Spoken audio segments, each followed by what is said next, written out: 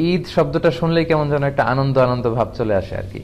তো এ পর্যায়ে আমি আপনাদের সাথে শেয়ার করতে চাই যে ঈদের দিনের সুন্নাহগুলো কি। ঈদ উল ফিতরের সর্বপ্রথম যে কথা সেটি হচ্ছে তাকবীর, তাকবীর দেওয়া। দ্বিতীয় দায়িত্ব হচ্ছে সাদাকাতুল ফিতর, সিয়াম পালনের পরে সাদাকাতুল ফিতর আদায় করতে হয়। এরপরে একটা সুন্নাত হচ্ছে ঈদের দিন গোসল করা সকালে। এরপর লুবসু আহসানি সিয়াব, আপনি নতুন কাপড় বা পাঞ্জাবি যদি থাকে এটা পড়তে পারেন। এরপর ঈদের দিন আরেকটি সুন্নাত হচ্ছে আত-তাতিব। তাতিব মানে হচ্ছে তিব ব্যবহার করা, সুগন্ধি, পারফিউম।